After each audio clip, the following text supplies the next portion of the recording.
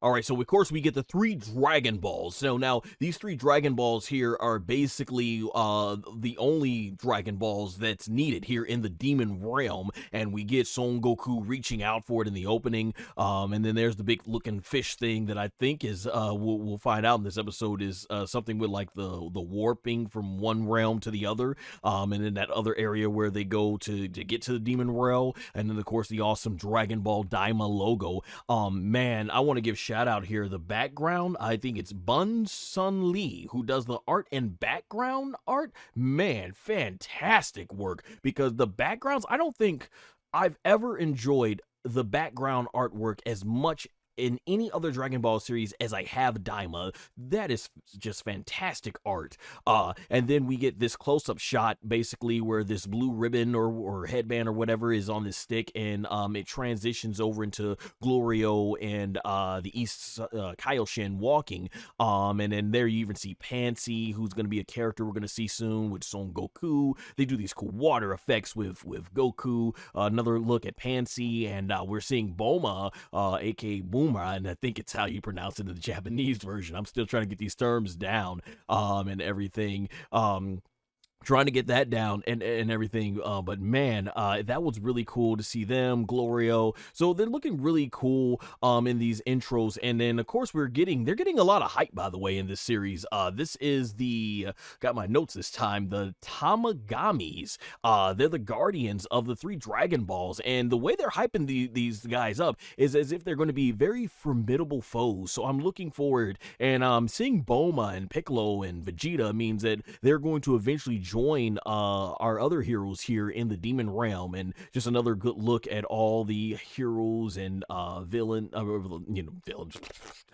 botch, looking at all the heroes, basically. So that was really cool to see, as the kids. And then we go here to young baby Goten and Trunks and Dente. And this is a good time to mention, I'm a pretty confused, because why is Dente a baby? Now, I understand, if I'm correct, the wish was done to take all the adults and turn them into kids. Meanwhile, you would turn all the kids into babies. I'm pretty sure Dente was like a teenager in the Buu saga, if I'm right. So why is he turned back into a baby? I was expecting, and I was hyped up like, oh, cool, we're gonna see Dente the way he looked when we first saw him back in the Frieza saga. But no, that's not the case here. So I have no idea what's going on there. I don't even think I really honestly can tell you out here, unless Toriyama mentioned anything about the aging. I don't understand Namekian's aging at all, because I think Piccolo was like 3 years he went from being a kid unto almost a young adult like Son Goku. Yeah, remember, he's actually only like 4 years older than Gohan. So I'm not sure how that all works. Of course, we get a look at our main villains and stuff. Gomah, Dr. Arinsu, Degesu. We got Dabura, aka Dabura, in the back. And then we Abura, who I believe that is Dabura's father, in the back. So interesting, it looks like Toriyama went the route of him being sort of fat, and Dabura is just like basically a specimen of a god in terms of how ripped and shredded he is, like a Greek god. So that's really cool to see. We get this cool little eye thing in the opening, and I'm wondering what that's gonna symbolize. And then here, interesting, they give us adult Goku with the Nimboy. Is it the Nimya boy? Oh man, I mispronounced it. I forgot it. AKA known as the power pole in the Funimation dub. But that was cool. And these feathers are really awesome, which plays a huge role in the ending. And we see Goku basically flying through the sky with all these spaceships for basically his allies. Goku right there is an adult in feathers. So really cool that they're teasing an adult Gohan, and I hope they go that route. GT didn't do that. Dragon Ball GT will give you Kid Goku, but then after that we'll give you adult Goku in SS4 and then take it away. Yeah, so hopefully they go that route later on. We'll see. We get this cool looking bull thing. So that was awesome. I really love these designs. Like, this is Akira Toriyama design. Just you can tell Akira Toriyama's design when you see it. So that was awesome. And then we get, you know, our main characters of this arc or series looking off in the distance as the sun comes up, and there's Glorio looking, and just this looked really cool. You know, in the demon realm and stuff like that, and Goku with the Nimue. I totally butched that. And he starts doing all these really cool fight scenes, you know, hitting the other Majins, and then, you know, fighting off with Piccolo and Vegeta coming around there. So I thought that looked really cool. Awesome shot of Kid Vegeta, you know, that was cool. And this right here, this was sick right here. Goku looking off in the distance and starting to power up into the Super Saiyajin. And, you know, I love this gradual transformation, and then boom, SS mode right there. This awesome shot of Pansy and Glorio, Piccolo and Vegeta powering up, and we even get Gomah look like he's getting into action there. I really love this shot of showing all the siblings. So of course, Dr. Arinsu, Degesu, and the East Kaioshin, aka the Supreme Kai, all our siblings. That was really fantastic. We get SS, Goku, and Vegeta fighting around, and it looks like we're getting like our first little tease at them fighting the Tamagamis there, and you even get the close-up shot of the Dragon Ball in one of their stomachs. And yeah, like I said, I'm really looking forward because they're hyping these guys up. And of course, it wouldn't be Dragon Ball unless you get Goku and Vegeta fighting each other out in SS mode, going at it in the kid. I love it. Goku punching Vegeta in the gut, Vegeta punching Goku in the chin, and this really awesome CGI of Shenlong, aka Shenron, and then the whole way the stardust just blows out of him or whatever. That looked gorgeous. Like, man, you know, give me this for some fireworks on the 4th of July. You know what I'm saying, man?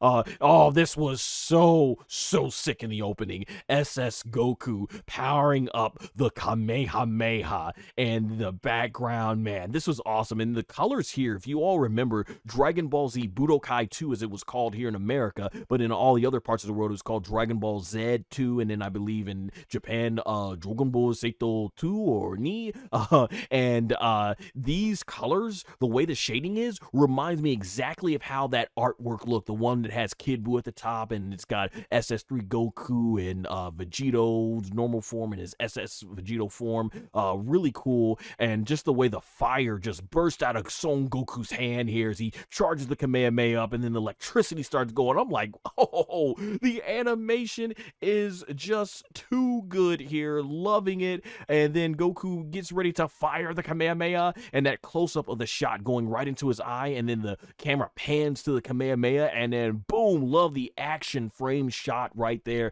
like it's in the manga.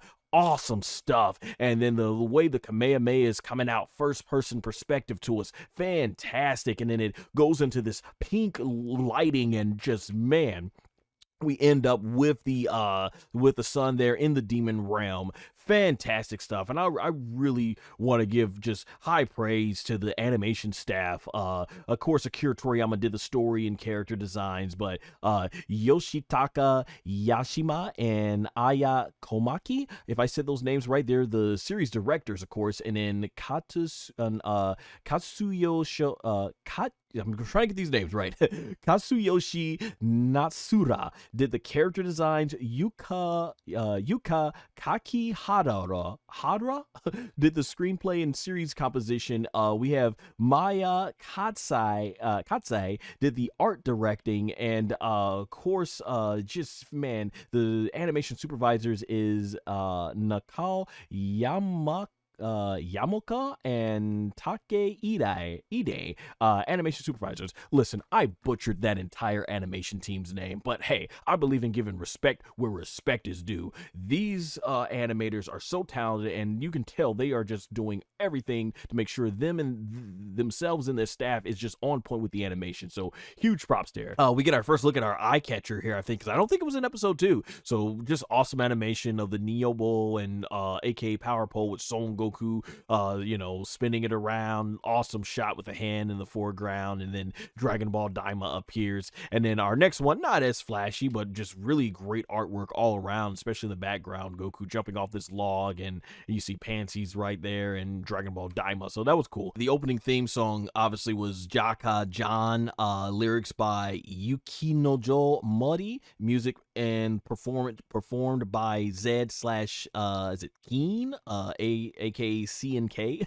And then the ending theme also performed by them, and the music's done by them. Well, it says lyrics are by AI, but music and performed, and I assume that's an artist named AI, not actual artificial intelligence. But yeah, the music in performance is by Zedd slash AI, and the ending theme song is NAKAMA. And so yeah, once again, like I said, gorgeous backdrops.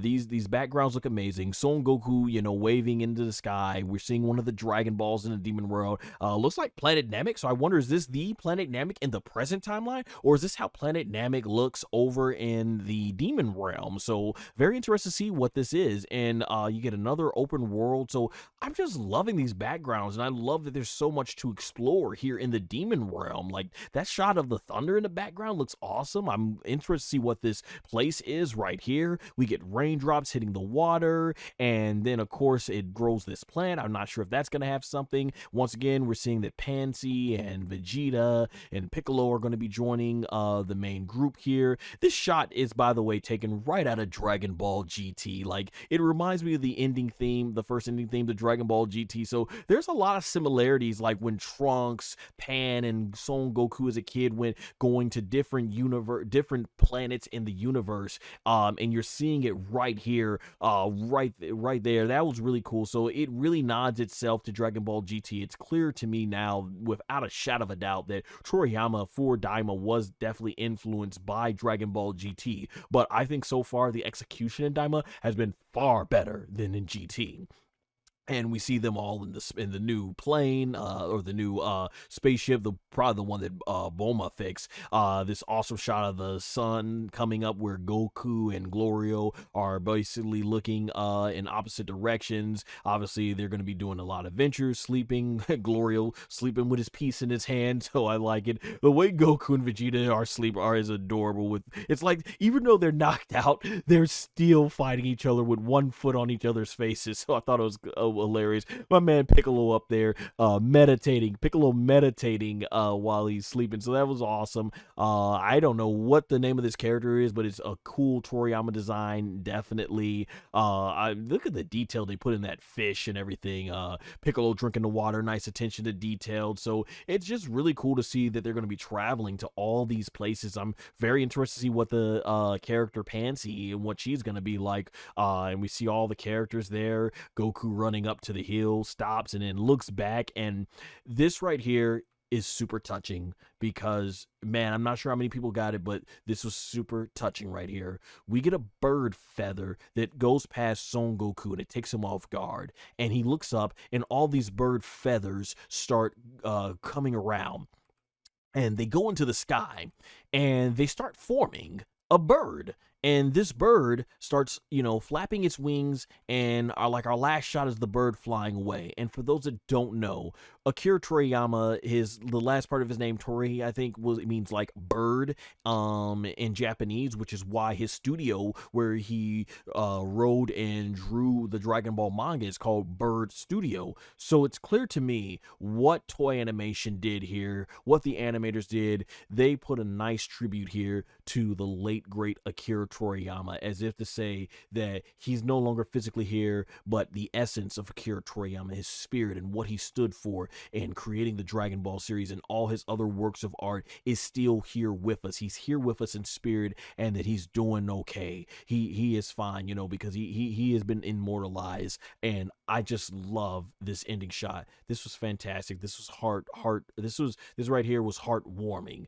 because Toriyama Akira, he gave us so much, and it's beautiful to see this tribute in here to Dragon Ball Daima. So I absolutely fantastically love this at the end. Just fantastic.